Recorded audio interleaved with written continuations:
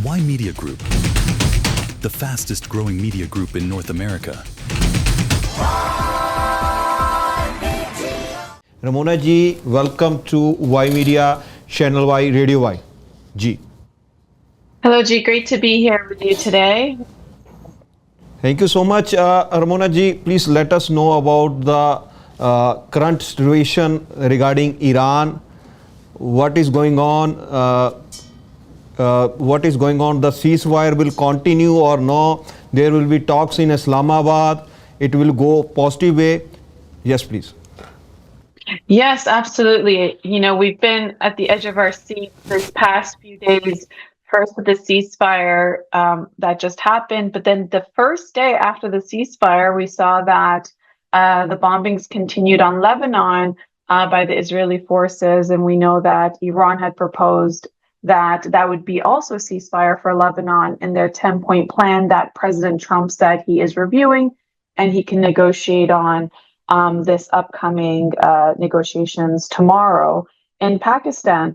And then we heard, news about whether the Strait of Hormuz is open or it's closed. Then Iran saying that, anyone who wants to go by has to take permission. So it was a lot of, different types of stories that were going around yesterday in terms of what it means. We know the bombardments increased in Lebanon, 100 strikes in 10 minutes, and the devastations continued. But today we have, big news with Israel saying they're going to have direct peace talks with Lebanon. So this is a major turn of events for what we've seen this war rage on for about 40 days. And this is a big deal because the Israeli prime minister, he's essentially said that he will begin negotiations with Lebanon as soon as possible.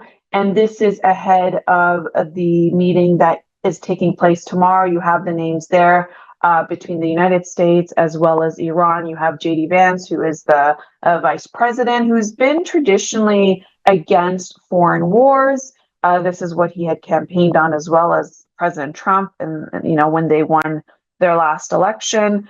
And then you have Jared Kushner, who is the president's son-in-law, who was very active in the president's first administration, if you recall, and Steve Witkoff, who's going to be part of those meetings. So you have the two people there, Kushner and Witkoff, and the new individual who's going to be there at the talks is going to be Vice President J.D. Vance, which is very good news because hopefully we're going to not see this go sideways like we did the last time, where there was information that, from Oman, that there was going to be an agreement reached.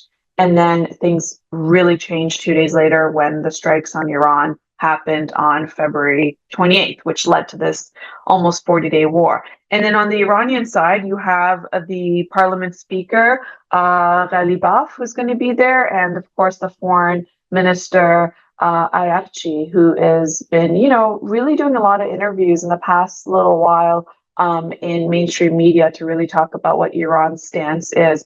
So this is, we're all waiting to see what's to come of it. But the good news here is the escalations in Israel and Lebanon.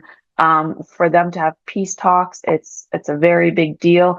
And if Israel scales back on the attacks in southern Lebanon, then it could be a huge shift. Now, that's the upside in terms of the best case scenario. And then we could look at, I don't want to say the worst case scenario of what this could all mean. Could it be that this is buying time to, position the U.S. military as well as Israel to continue what's been going on? Are we really going to have peace talks? And more specifically on these 10 issues, right? These are big asks from Iran. Iran asking, I just want to go over the 10 points, massive things such as, it is, they're asking for a permanent end to the war. But to get that permanent end to the war, they're saying, we want guarantees that we're not going to be striked again. And this is something that Israel's going to have to provide a guarantee on, as well as President Trump. We've seen in this war from last year, the 12-day one, as well as this one that's gone on for 40 days, we've seen sometimes Israel does what it wants to do, which sometimes contradicts what President Trump is saying. So it's about getting them in line, which we saw the first day after the ceasefires, right? President Trump said they're going to accept the 10 points to negotiate on, and Israel said, no, no way, Lebanon's not part of it. Then the White House said, yes, Lebanon's not part of it. And so the good news today. So the 10 points are, full sanctions removal. If there are full sanctions removal, well, that is going to mean a big difference in terms of this Iranian regime that would become a lot stronger in the region, to be able to trade openly and having the embargoes lifted. That's been there for, half a century for many reasons. And then there's compensation on damages. Will the United States agree to, we're talking about trillions in reparations for infrastructure costs and all the damage that was done to Iran? And what does that mean in terms of Iran also perhaps providing compensation on what it has done in the GCC countries where the US military bases are? Is that going to be on the table? And if there's going to be no compensation for damages, does it mean that Iran, now that's asking to formalize its hold on the Strait of Hormuz with Oman, if they were to charge tolls and in that way, there are numbers floating around like $2 million for a ship to pass. We know that the countries that need that oil, $2 million is probably a bargain based on what they've gone through in the last 40 days. But what does that mean in the long-term aspect of things? Will things become more expensive, even though that was supposed to be a shipping route that's supposed to provide, cheaper and accessible energy, right? In terms of oil. So that's going to be something interesting to watch out for the talks tomorrow between the two nations, and Iran asking for influence over the regional conflict, right, which includes Lebanon. And that's the other thing. Like Iran is saying, hey, these are our proxies. It's Hezbollah, the Houthis in Yemen, Hamas in Gaza, and that's why it's when we saw the strikes happen from Israel on to Lebanon, Iran was saying, well, we're not going to open up the Strait of Hormuz, or we're not going to agree to a ceasefire unless Lebanon's included, because of that proxy that they're responsible for. And Israel knows that, right? So that was another pull. And the bombardments that increased, perhaps that was the increase before saying, hey, we're going to talk directly with Lebanon. So very interesting movements on things. How could this go overall? I mean, is US really going to pull out of the region and allow Iran to have influence over that region? That is very unlikely. I'm going to go over the military bases that are throughout those GCC countries and what that means for the United States if it were to have less presence, which is what Iran is saying. In a way of saying, we want to ensure that we are not going to get any sort of retaliation or bombs in the future. It would also mean that those military bases should not be there. So that's, really what they're saying. And is that something that the United States would agree to? I highly think that would be unlikely because, we have the petrodollar, right? The United States, it's the US currency that trades on the oil, and for them not to have presence and for them not to have, that sort of influence that they do in the region, it's huge because of the military presence the United States has in the GCC countries. I mean, then they get those same countries that they buy oil from and allow for them to have their shipping routes, for them to invest heavily in the United States economy. And we've seen that happen from US treasuries to buying US debt to now massive AI centers that have gone up. And that's another thing, since this war has started, we have not talked about AI and superintelligence and what that's going to, what kind of impact it's going to have on how we live our lives. And of course, what we're hearing in terms of the employability of humans and how many job losses and how much lives could be greater because of it. So that's a whole nother thing that's, happening in the background of where our attention's going, which is this war. So it'll be interesting to see what will happen. Can they, can safer and calmer heads prevail in the meetings from both sides? Because there is definitely a trust deficit on both sides because of what we've seen in terms of ceasefire, but things still continuing. And we saw that last year as well. So that's really what's happening. But if we were to talk about, what it means about Iran having more influence in the region and US having less influence, let's look at that, right? The United States has a very strong military footprint in the Middle East, right? And they've done that because they've negotiated saying that we're going to keep you safe in case of any escalations with Iran.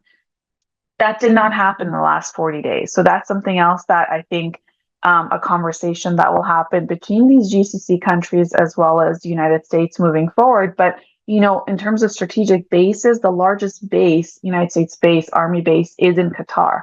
And Navy assets are there, which are now, to have a presence in the Strait of Hormuz, to be able to frequently patrol the area.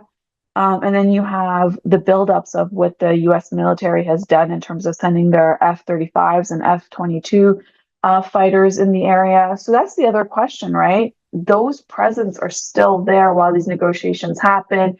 Iran is still allowing some ships in the Strait of Hormuz, but not without permission. So they're all, still holding their stance of saying, hey, if talks go sideways, we're all still positioned where we need to be, right? So those regional partners for the U.S. base are Qatar, Bahrain, Kuwait, Jordan, UAE, Saudi Arabia, and we saw those bases getting attacked by Iran in these past 40 days. So that's where things stand right now. And if you want to look at what is happening in Iran, well, there's a little bit of a difference there, right?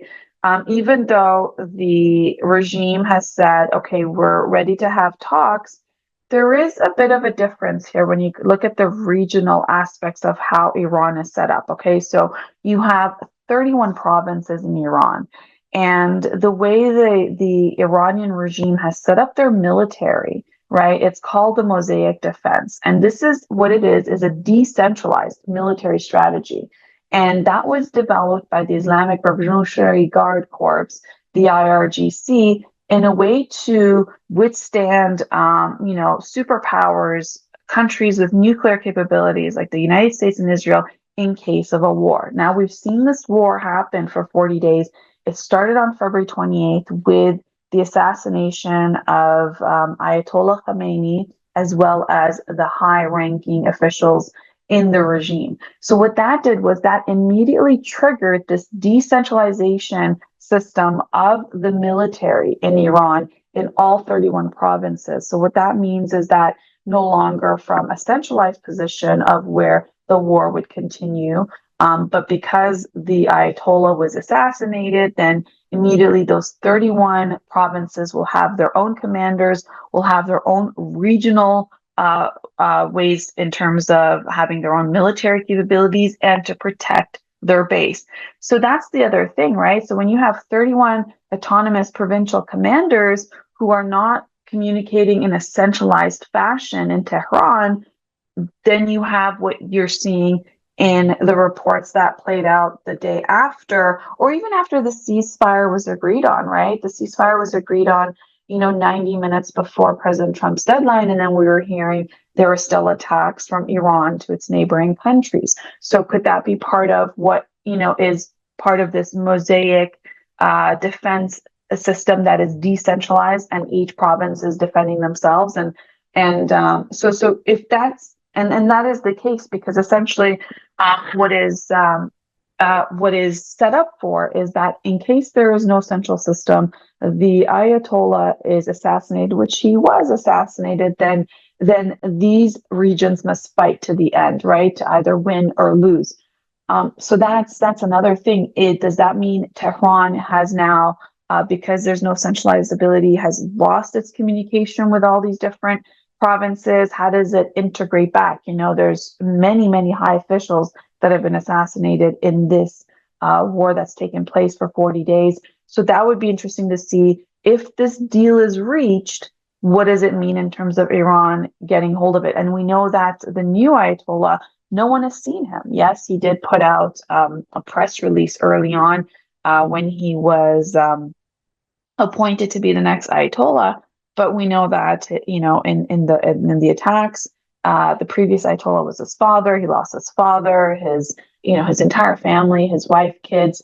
he lost his entire family, and there's reports that he was also hurt in that bombing that happened on February 28th. So it'll be very interesting to know, where is he? Does he have a commanding role on Iran as well as the military? And in these 31 provinces, how do you do that? And so, a lot of things to really look into when it comes to these talks that are going to take place tomorrow. And of course, we're going to be watching. Of course, we're going to keep minute by minute update on how it progresses. And earlier today, President Trump had his meeting with the NATO Secretary General Mark Rutte, and what has come out of that meeting with President Trump is very frank in terms of really signaling a shift from NATO. As you recall, when the war was waged between the two countries, three countries, sorry, U.S., Israel, and Iran. Well, and Iran closed the Strait of Hormuz. Well, if you recall, President Trump was asking its NATO allies to interfere, was saying, come help us open up the Strait of Hormuz. And the NATO countries said, no, this is not our war. Immediately after, the attacks on Iran that assassinated the Ayatollah and, high-ranking figures in the Iranian regime, you had Germany say they didn't know anything about it, they have nothing to do with it. You had Canada say they didn't know anything about it. Britain, the Prime Minister, Keir Starmer, say, hey, we didn't know about this, we have nothing to do with it. So immediately they washed their hands, saying that this was not a joint effort. And weeks that continued, President Trump had asked for help and really didn't receive any. So, it was in a case where President Trump found himself with no allies, such as his NATO allies, and also no off-ramp until one was offered through this through Pakistan in terms of what they've been negotiating between all these different countries. Now, so now President Trump is not happy, right? And NATO saying essentially, this has nothing to do with NATO. We're supposed to be an offensive system, and this, in other words, they were saying, was an illegal war that started. There was no approval in the United States by its government by Congress to go into this war. It was a very immediate one that took everybody by surprise, and it seems like the only two nations that knew about it were Israel and the United States, who decided to launch the attacks. So, and also NATO saying, well, if you look at the geography, they're very close to Iran, right? And so if Iran is hitting Israel, then, what does that mean about Europe, which is right there? And of course, we know that there is proxies, such as those terrorist groups that are funded by Iran. What does that mean in a place like Britain, a place like Germany? Very, very significant things, which is why they spoke up very quickly. But today's meeting between President Trump and Secretary General Mark Rutte, went in a way where President Trump said, well, hey, we asked you for help, we didn't receive it, and now we're thinking about repositioning our personnel.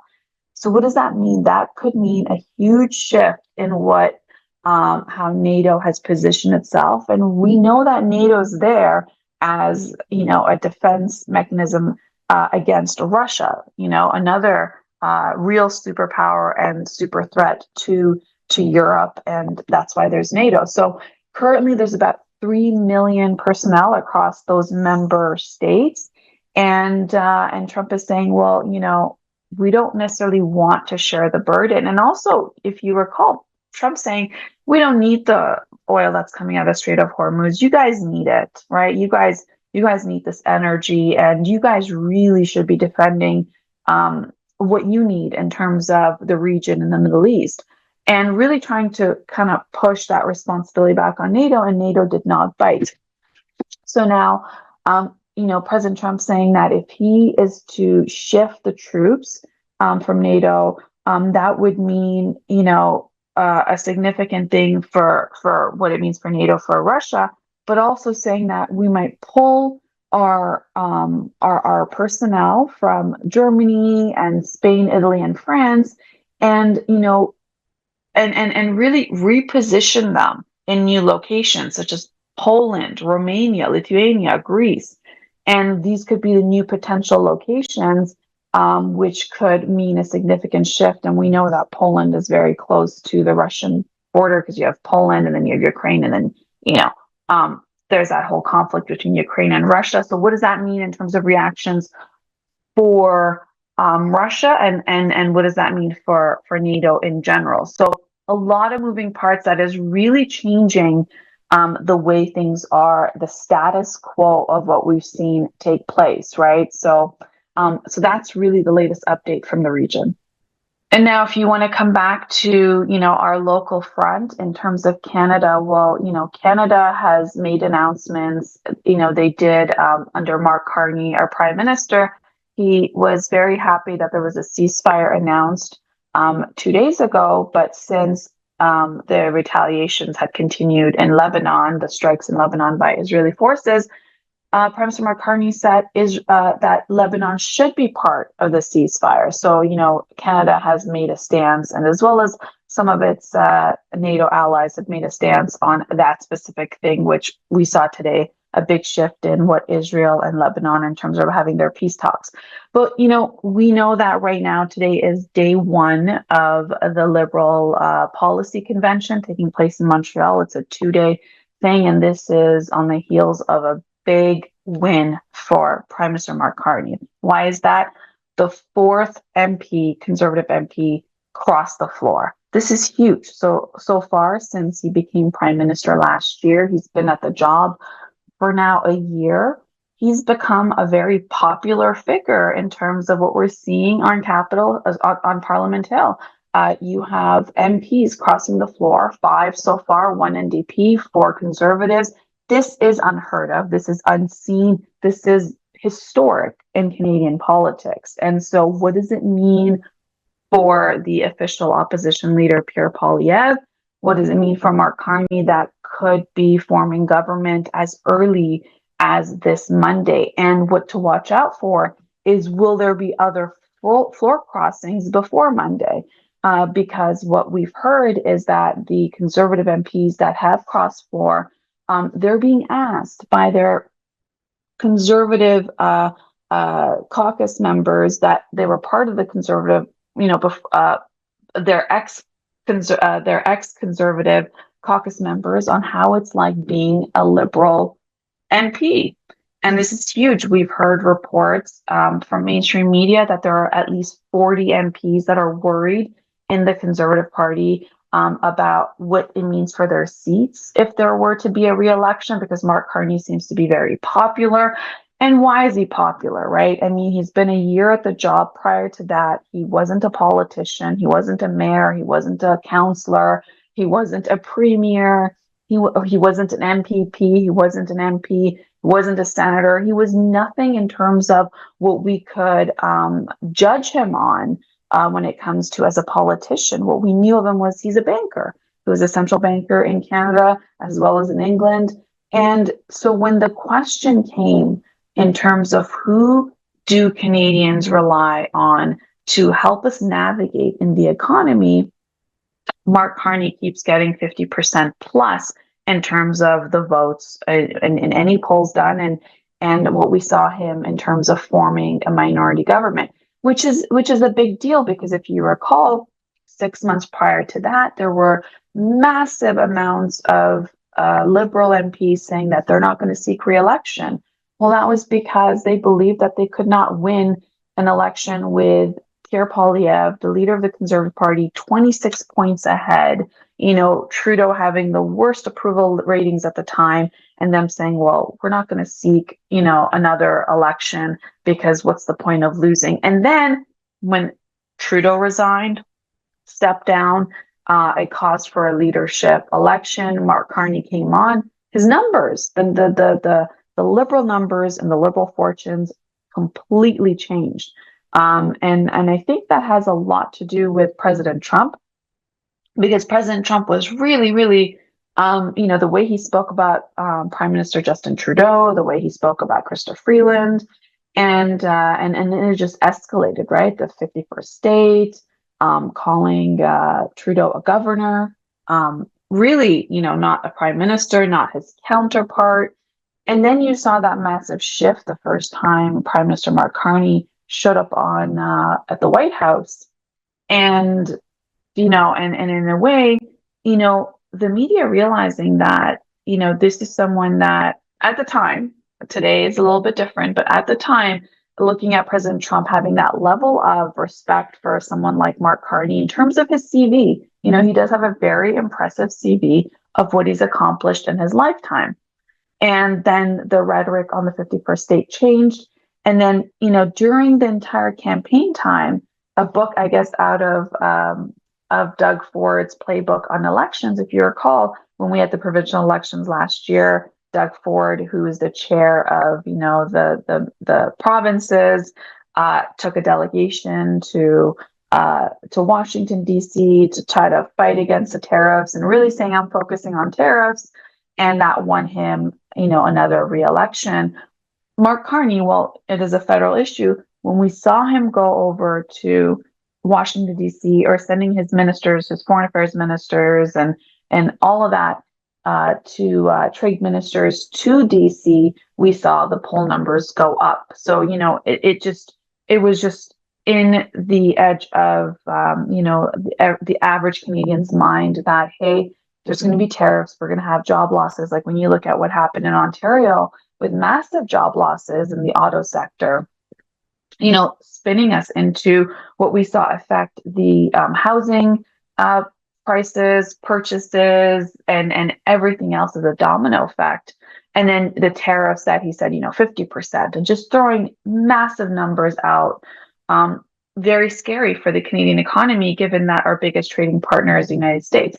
It caught Canada in a way of, hey, wait a minute, our biggest trading partner that we've had, that we relied on, may not be so reliable. And if they pull back and they say America first and not this joint partnership, what does that mean? So we've seen Prime Minister Mark Carney really travel throughout the world trying to make trade agreements with the world's other biggest economies, with India, with China, going over to European Union, really making sure that the alliance is there for Canada and its Commonwealth countries, trying up to Australia.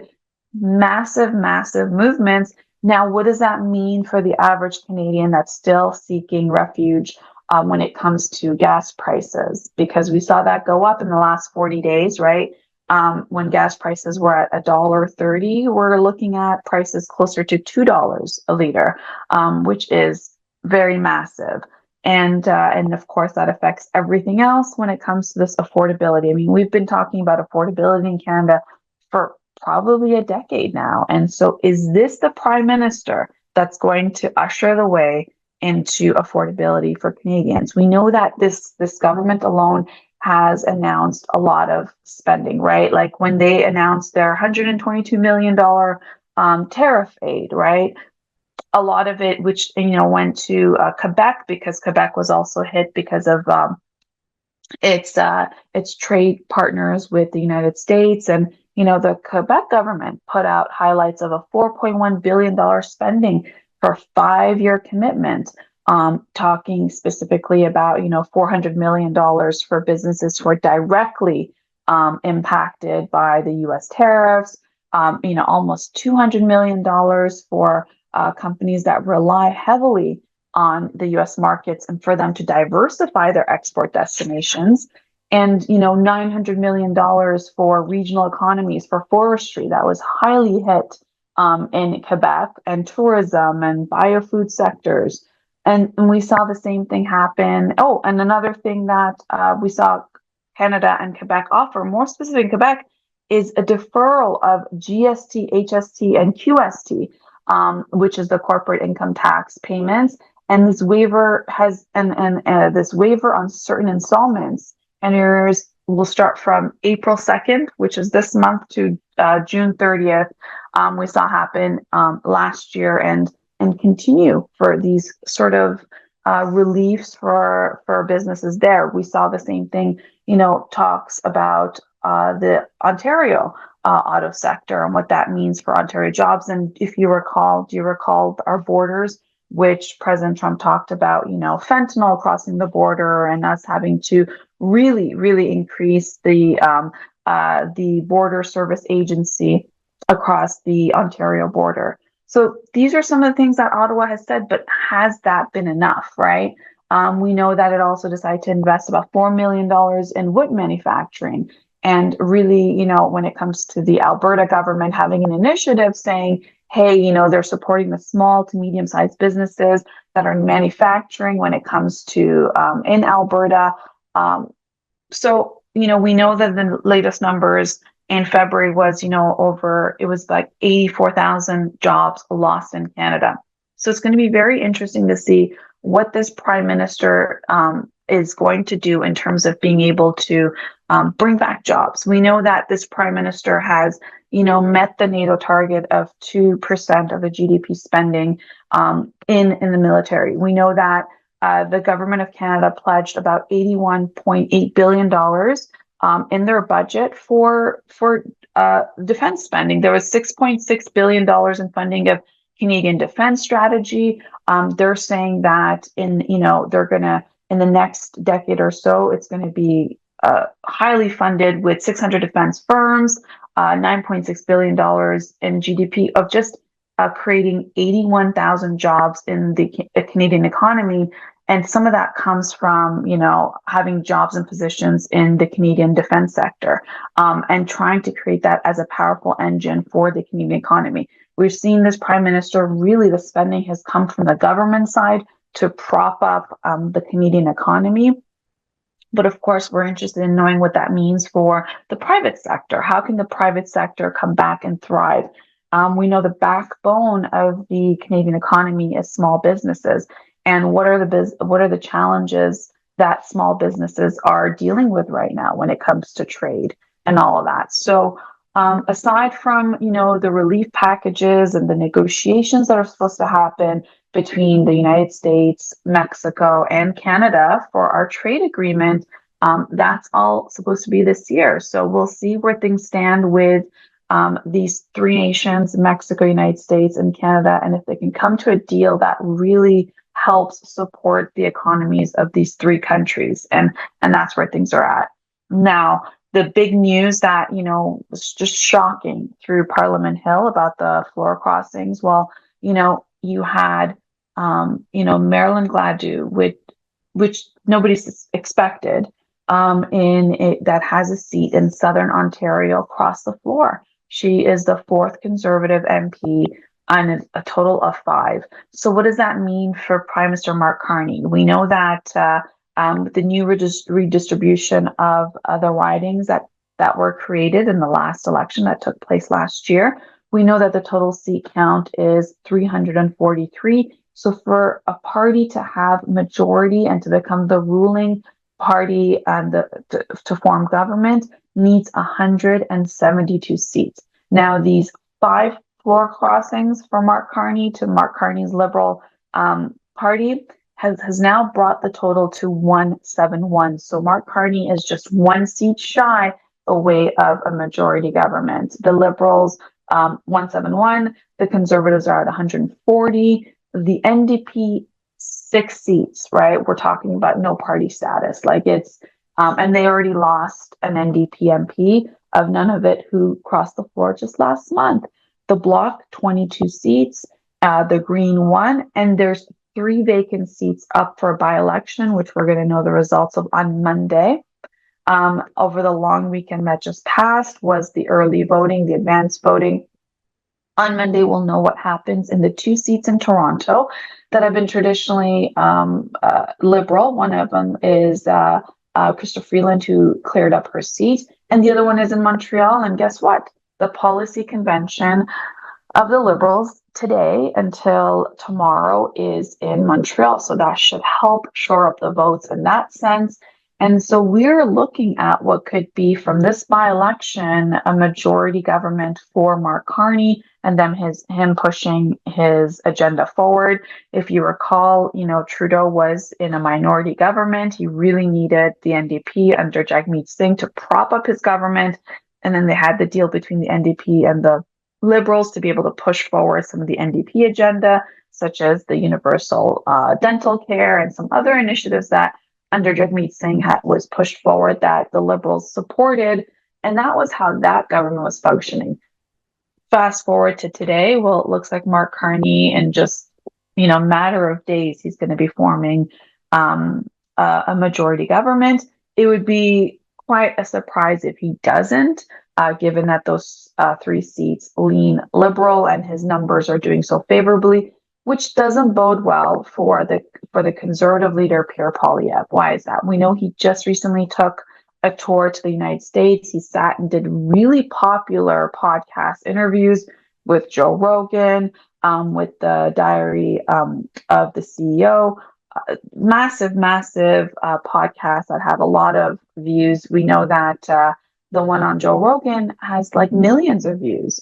But is it too late? How many people in Canada watched it? Are Canadians, when they compare Pierre Poilievre against Mark Carney, how does that fare? We saw that really at the exit polls in last year's general election. Pierre Poilievre, when you compared him to somebody like Trudeau, who's been there for 10 years and dogged with scandals and unaffordability and everything else that has happened in Canada under Prime Minister Trudeau, the clear winner there was Pierre Poilievre. He was 26 points ahead. But now the question remains, going into an election, 26 points ahead, losing that election, losing your own seat. If you recall, Pierre Poilievre was an Ottawa area MP for 20 years. He lost that seat, which was supposed to be a Conservative seat, 20 years. He served it. He lost it to a Liberal. Then there was a by-election. He was able to get back into Parliament, having a re-election in Alberta, which is really Conservative heartland. But when you look at what his fortunes are, with now saying that there's tens, the number is 40 MPs really worrying about their seats in another general election under Pierre Poilievre, him losing 4 MPs. What does that mean in terms of how are you running your caucus? Why do your MPs feel like they need to cross the floor? So all of those questions are at play, which, he did survive the leadership review by the membership. The way the Conservative Party runs their membership reviews is if a Conservative leader loses an election, then the members get to have a leadership convention and they get to vote. Do we keep this leader or do we not? And usually that leader wants 80% and above to really have the confidence. It's not enough to get 50% or 55%. So we know he passed his leadership review by the Conservative membership base. What does that mean? These are Canadians that have a membership. Well, also Canadian residents and Canadian citizens that have a membership to the Conservative Party. They pay their $15 fee. They're a member of the party. And then through their EDAs, which is the electoral district associations, they get to put their delegates forward to go and vote. And so he passed that. But the other way of being removed as leader is through your caucus voting you out. If you recall, that happened with Leader O'Toole during the time where he lost the general election. He did bring Trudeau's government to a minority, kept it at a minority actually, won a few more seats, but it just still wasn't enough.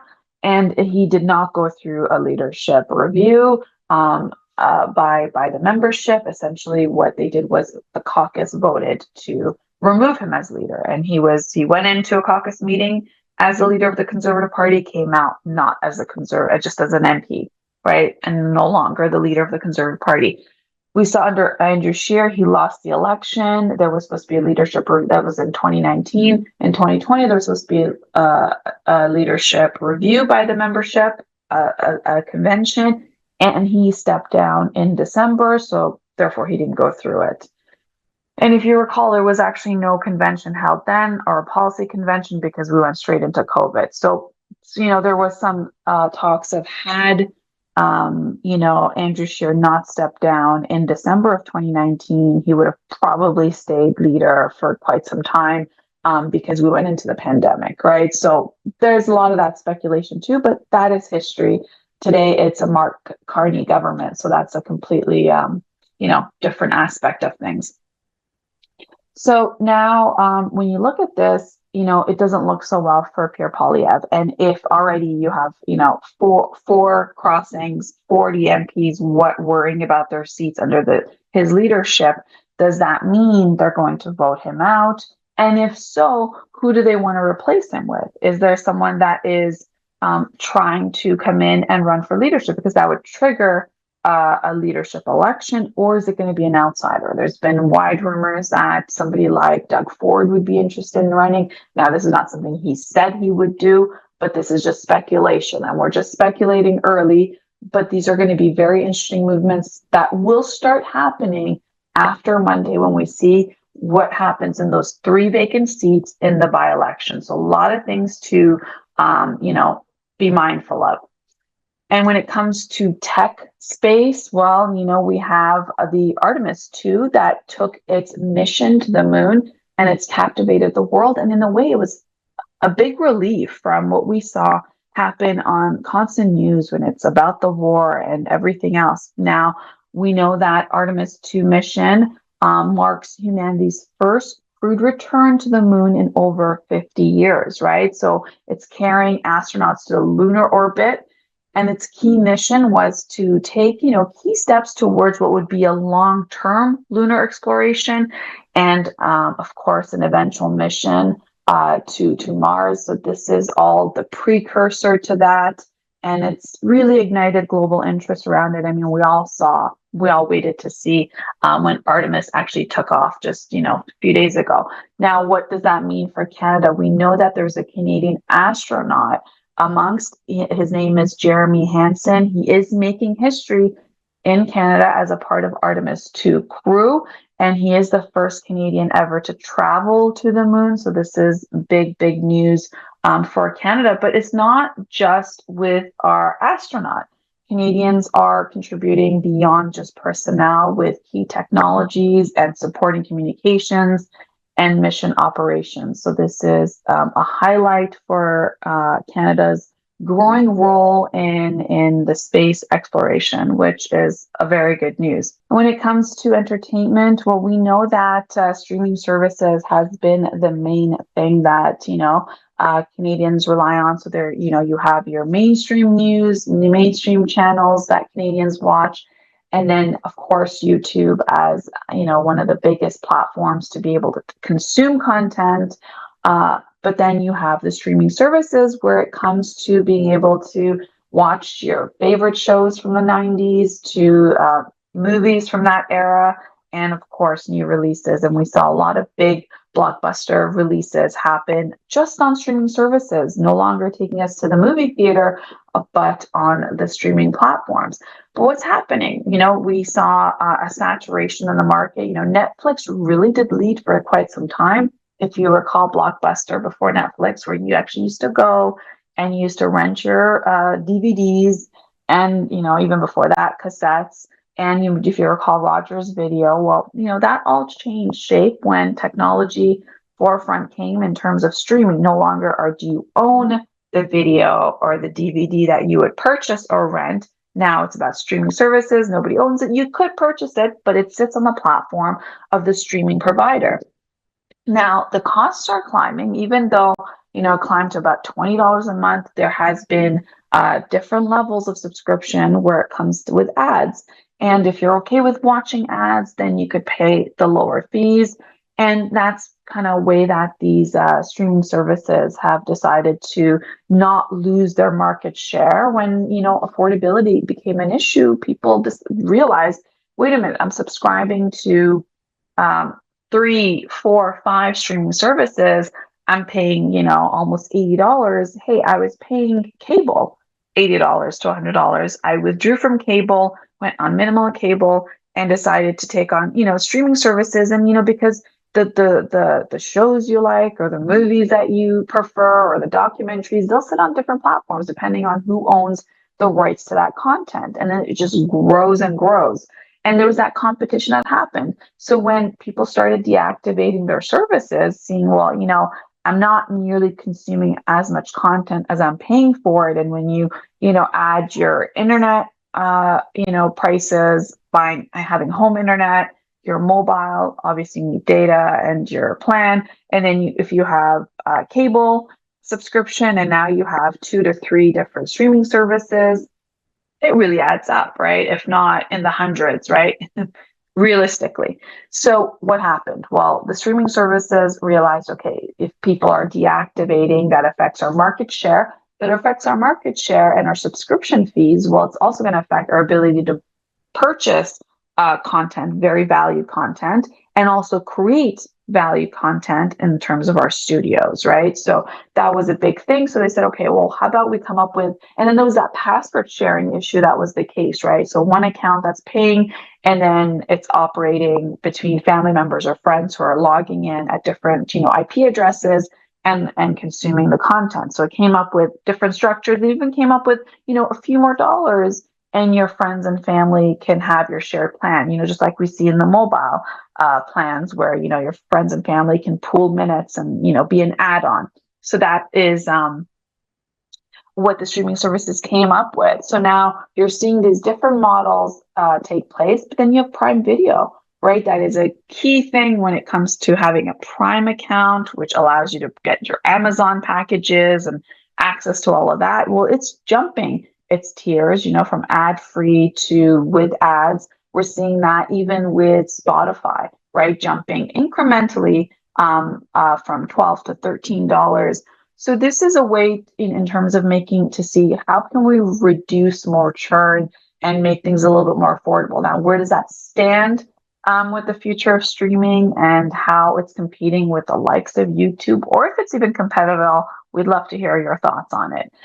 And when it comes to the tech sector and of course EVs, we know that the Canadian government was for a long time, even under the Trudeau government, was subsidizing, right? If you purchased an electric vehicle, you would get a subsidy. This was something even under, if you recall, in Ontario under the Kathleen Wynne government, and then things shifted a little bit. Some subsidies were cut, and then there was the whole initiative of no, we need to invest and we need to make sure the whole EV investment. Well, that all changed when President Trump became president and decided that, no, we're not going to do this whole EV thing, which, then you had the American auto sector really pull back on their investments on future EV models, like such as Ford and the rest of them. Well, since Mark Carney took a trip to China to be able to have better relations with them, well, a Chinese company called BYD has now agreed to expand into Canada with 20 dealerships. This is a big deal because if you recall, upon the meeting that Prime Minister Mark Carney had in China and to start the trade relations, you had President Trump say, well, if that goes ahead, he's going to put a tariff on Canada because he does not want to have Chinese goods trickle from Canada to the United States to compete with the American auto sector. But what does it mean for Canada? Well, this Chinese electric vehicle company, it's a giant BYD company, is making its major push into the Canadian market. It's the 20 dealerships that it's announced that it's going to open this year through its local partners. And what does it mean? It's a signal from Ottawa saying that they're going to shift strategy and actively explore Chinese auto investments to reduce reliance on the United States, right? We know that Ontario is a key factor with a lot of, if you recall the auto sector, the plants closing because they didn't know what the tariffs meant. And so many Canadians were laid off immediately. And that had a massive impact in those communities that those auto plants are in, because those local communities those small businesses rely on the people that live there, and it's just a domino effect. So what the federal government has agreed to is to allow 49,000 Chinese-built electric vehicles annually into this country, effectively, creating a new emergence in the market. So this is stuff to keep an eye on to see what did those trade agreements that Mark Carney went to go open up relations with all those countries, What does that mean for the Canadian economy? Will it create jobs? We know 20 dealerships could potentially create jobs. What does that mean for the auto sector? That's all to be seen. This is all the time we have on Ymedia Newsroom. I'm Ramona Singh. I'll see you again tomorrow. Thank you and be well. Ymedia Group, the fastest growing media group in North America.